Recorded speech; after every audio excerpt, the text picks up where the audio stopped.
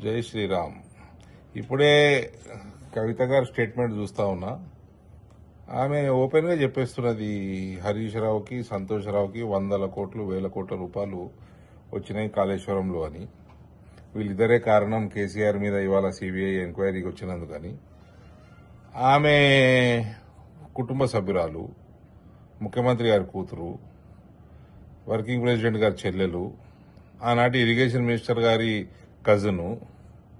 ఆమె అంత బాగా అంత పెద్ద మాటలు చెప్తుంటే, అంత ఓపెన్ గా ఆమెకు తెలిసినట్టు మాట్లాడినప్పుడు రేపు సిబిఐ టేకప్ చేయగానే ఇన్వెస్టిగేషన్ ఫస్ట్ కవిత గారిని పిలుచుకోవాలండి.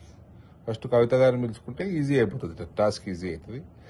రెండో విషయము, కవిత గారు ఎట్లా ఆల్కహాల్ స్కామ్ల, ఢిల్లీ లిక్కర్ స్కామ్లో తిరుగుతూ ఉంటారు కదా, టికెట్ వేస్ట్ కాకుండా అదే టైంలో ఇది కూడా అడిగితే పోతుంది. రెండు కలిపి పిలిస్తే సరిపోతుంది.